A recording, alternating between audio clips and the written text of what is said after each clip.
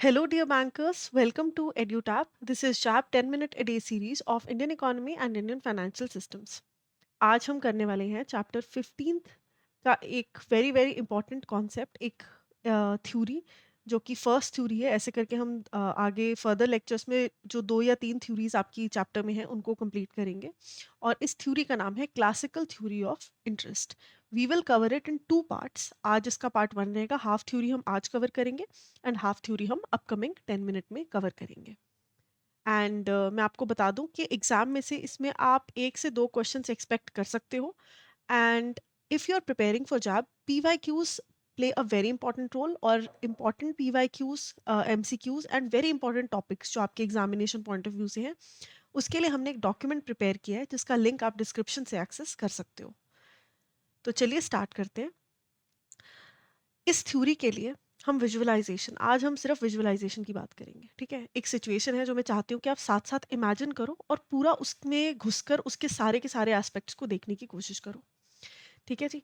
तो ये हमने लास्ट लेक्चर में किया था और मैंने बताया था आपको कि ये कैरेक्टर इंपॉर्टेंट रहने वाला है, जितेंद्र। क्या करता है जितेंद्र? जितेंद्र जैम बनाता है ना।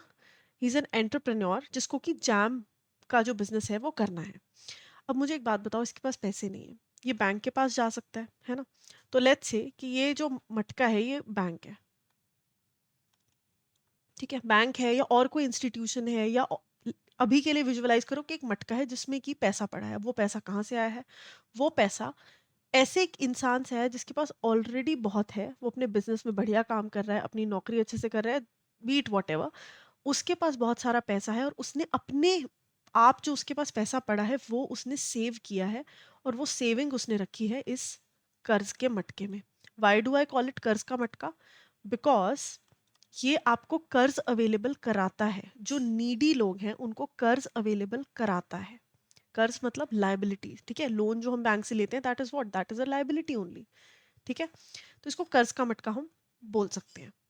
इसमें पैसा कहाँ से आता है? इसमें पैसा सेविंग से आता है। कौन करते हैं वो सेविंग्स? वो लोग जिनके पास ऑलरेडी सरप्लस है। तो क्या मैं ये बोल सकती हूँ कि people who have got money वो सप्लाई कर रहे हैं सेविंग्स का? जिनके पास इकोनॉमी में ज़्यादा पैसा है वो अपनी सेविंग्स की सप्लाई कर रहे हैं। कहाँ सप्लाई कर रहे हैं? इस मटके में, बैंक में, इस इंस्टीट्यूशन में। कह सकती हूँ, बिल्कुल कह सकती हूँ। ये सेविंग यूज कहाँ हो रही है? ये जो सप्लाई की बात हो गई, ये सप्लाई है तो डिमांड भी होगी। डिमांड कहाँ हो रही है? डिमांड जितेंद्र कर रहा है। क्या जितेंद्र सेविंग्स की डिमांड कर रहा है कि भाई मुझे भी पैसा सेव करना है तो तुम अपनी सेविंग्स मुझे दे दो? नहीं, वो डिमांड कर रहा है पैसे की, जो कि वो यूज करेगा अपना जो प्रोडक्शन उसने करनी है जैम की, उसके लिए। तो यानी कि अपने कैपिटल जनरेट करने के लिए वो कर्ज ले रहा है बैंक से। तो उसको ये सेविंग्स इसलिए नहीं चाहिए कि उसको सेविंग्स के रूप में ही उनको यूज करना है। इसको ये सेविंग्स इसलिए चाहिए क्योंकि इसको कैपिटल इन्वेस्टमेंट करनी है। ये चीज क्लियर है? बिल्कुल क्लियर है। नाउ एक और सिनेरियो देखो। ये तो हमें क्लियर हो गया कि सप्लाई जो है वो सेविंग्स की हो रही है, और डिमांड किस चीज की है? क्यों हो रही है सप्लाई? क्योंकि डिमांड है कैपिटल इन्वेस्टमेंट की, और ये कैपिटल इन्वेस्टमेंट की डिमांड को पूरा करने के लिए सप्लाई की सेविंग्स होनी ज़रूरी है। आई रियली होप कि ये चीज़ आपको बहुत ज़्यादा क्लियर है। ठीक है जी। अब ये सेविंग्स कब हो पाएगी? क्या ये ऐसे ही हो पाएगी हमेशा? नहीं, ये तब हो पाएगी जब ये बंदा ये डिसीजन लेगा कि भाई मैं इन पैसों से कपड़े भी ले सकता हूँ, गाड़ी भी ले सकता हूँ। I can spend it wherever I want, but I am choosing not to spend it. I am choosing not to spend my money, और मैं इस पैसे को बचाकर रखूंगा ताकि बाद में मुझे ये पैसा तो वापस मिले, साथ ही साथ इसके ऊपर कुछ एडिशनल इनकम भी मिले, है ना, इंटरेस्ट का एलिमेंट मिले। बिल्कुल, ये भी समझ में आ गया। तो ये ऐसा क्यों करेगा? ये जो पैसे और गाड़ी में खर्चा ना कर कर अपनी सेविंग्स में क्यों करेगा? उसके बहुत सारे रीजंस हो सकते हैं। साइकोलॉजिकल रीजंस हो सकते हैं, इकोनॉमिकल रीजंस हो सकते हैं। मतलब कि उसको पता है कि सेविंग्स की वैल्यू कितनी है ना, उसको ज़्यादा पैसे स्पेंड करने पसंद नहीं है। This can be a psychological reason. Economic मतलब वो अपनी फाइनेंशियल ग्रोथ चाहता है, in the long run wealth build करना चाहता है। इंस्टीट्यूशनल रीजंस हो सकते हैं।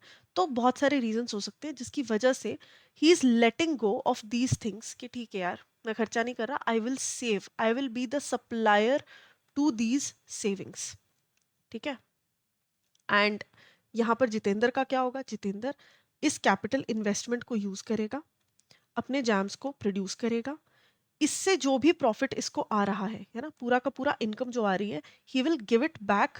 इस पैसे को मान लो ये 5 लाख है, ठीक है, 5 लाख यहाँ से मिले, सप्लाई हुई, इसको 5 लाख की जरूरत थी, इसने बैंक से 5 लाख ले लिए।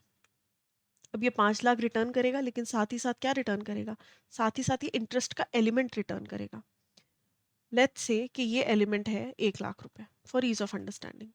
तो ये जो 1 लाख रुपए हैं, 6 लाख जो ये रिटर्न कर रहा है जितेंद्र बैंक को वापस, इसमें से कुछ इसके पास भी तो जाएगा, है ना, और बाकी जो है वो बैंक के पास रह जाएगा, वो बैंक की इनकम हो गई, वो कर्ज के मटके की इनकम हो गई। तो क्या ये जो ओवरऑल पैसा एडिशनल इस पूरे सर्कुलेट हुआ है, इस पूरे सिचुएशन में, उसको मैं रेट ऑफ इंटरेस्ट बोल सकती हूँ? बिल्कुल बोल सकती हूँ, क्योंकि प्रिंसिपल अमाउंट तो यही था, सप्लाई हुई सेविंग्स की, उसको हमने कैपिटल इन्वेस्टमेंट की तरह यूज किया, और फिर हमने in return rate of interest को ही लगा के पैसा वापस कर दिया। ठीक है जी। इस चीज को क्लासिकल थ्योरी में एक अलग पर्सपेक्टिव से देखा गया है, और उसका पर्सपेक्टिव आपको 2 एलिमेंट्स में मैं समझाऊंगी आगे। आई होप ये सिचुएशन आपको, ये पिक्चर पूरी क्लियर हो गई है, राइट। तो दो जो सिचुएशंस हैं या दो जो एस्पेक्ट्स हैं इस थ्योरी के, वो है supply of savings and demand for investment. Demand for investment and जो कंक्लूजन है वो हम अगले लेक्चर में करेंगे। अभी हम पढ़ेंगे सप्लाई ऑफ सेविंग्स क्या होता है। सेविंग इज एन इंसेंटिव इस थ्योरी के अकॉर्डिंग, क्लासिकल थ्योरी के अकॉर्डिंग बात कर रही हूँ मैं, बाकी सब थ्योरीज में पर्सपेक्टिव चेंज होता रहेगा। क्लासिकल थ्योरी के तहत जो सेविंग्स है, it is an incentive for refraining from current spending. मतलब कि ये जो इंसान जिसके पास बहुत सारे पैसे हैं, सेविंग जो है ना वो एक इंसेंटिव है। ये जो यहाँ पर सेविंग्स जार भर पा रहा है ना, ये एक इंसेंटिव है किस चीज़ का, कि उसने ये चीज़ों से रिफ्रेन किया, करंट स्पेंडिंग से रिफ्रेन किया। ठीक है। Rate of interest is an opportunity cost for choosing between present consumption and future consumption. Now opportunity cost का मतलब क्या होता है? अपॉर्चुनिटी कॉस्ट का मतलब होता है जब आप प्रेजेंटली कोई चीज कर रहे हो, उस चीज को करने के लिए आपने क्या क्या खोया, क्या क्या लेट गो किया। Cost of second best alternative that you could have used. अगर आपके पास 100 रुपए हैं, आप 100 को सेव भी कर सकते हो, उस 100 रुपए से आप एक पिज्ज़ा भी खा सकते हो, एक बर्गर खा सकते हो। अगर आप वो बर्गर नहीं खा रहे और वो सेव कर रहे हो, तो ये 100 रुपए सेव करने की अपॉर्चुनिटी कॉस्ट वो बर्गर है। ठीक है। तो इस थ्योरी के अकॉर्डिंग रेट ऑफ इंटरेस्ट जो है ना, जो हम इंटरेस्ट पे करते हैं, वो और कुछ नहीं है, वो सिर्फ अपॉर्चुनिटी कॉस्ट है, जो आप अभी की कंजम्पशन ना कर कर फ्यूचर कंजम्पशन के लिए पैसे जोड़ रहे हो उसकी। ठीक है। तो अभी की करंट स्पेंडिंग जो है वो अपॉर्चुनिटी कॉस्ट है, इंटरेस्ट जो है रेट उसका। ठीक है। Savings determine the supply of capital and in influenced by psychological, economic and institutional factors. ये मैंने आपको ऑलरेडी बता दिया कि सेविंग्स कब होंगी। ये सेविंग्स तब होंगी जब इस बंदे का या इस सेक्टर का, if I speak about the economy as a whole, तो इस सेक्टर में जो लोग हैं जो सेविंग्स कर सकते हैं, उनके psychological, economic and institutional factors पे डिपेंड करता है कि हमारी कंट्री की इकोनॉमी में कितनी सेविंग्स का इनफ्लो होगा। I hope this is very clear to you. Bigger the saving higher the supply of capital. ये तो बहुत ईजी है। सेविंग्स जार में जितना पैसा आएगा, 5 लाख आएगा, तभी तो 5 लाख कैपिटल इन्वेस्टमेंट में आप आगे दे पाओगे। पैसा जितना कम आएगा उतना ही आप आगे दे पाओगे। तो ये एक साइड ऑफ द थ्योरी है। ठीक है। इसका अगला साइड हम करेंगे और फिर हम कंक्लूजन समझेंगे कि इस थ्योरी ने एग्जैक्टली कंक्लूड क्या किया है। अभी के लिए आप ये चीज़ें याद रखोगे। And if you are targeting JAIIB, let me tell you कि सुपर क्रैश कोर्स हम आपके लिए लेके आए हैं, जिसमें हम कुछ ही दिनों में within a span of 12 days ये पूरे कंपोनेंट्स को कवर करेंगे। इसमें short notes and test series provide करी जाएंगी। एंड जैब 80 जो कोड है आप इसके लिए इस्तेमाल कर सकते हो। साथ ही साथ अगर आप इंडिविजुअल कंपोनेंट को टारगेट कर रहे हो, तो अ, एक एक कंपोनेंट जिसमें हम आपको पढ़ाएंगे उसमें short notes and test series आपको मिल जाएंगी, and JAIIB 75 is the code that you can use for it. That is all for today's class. I will see you in the next class. Thank you and have a nice day.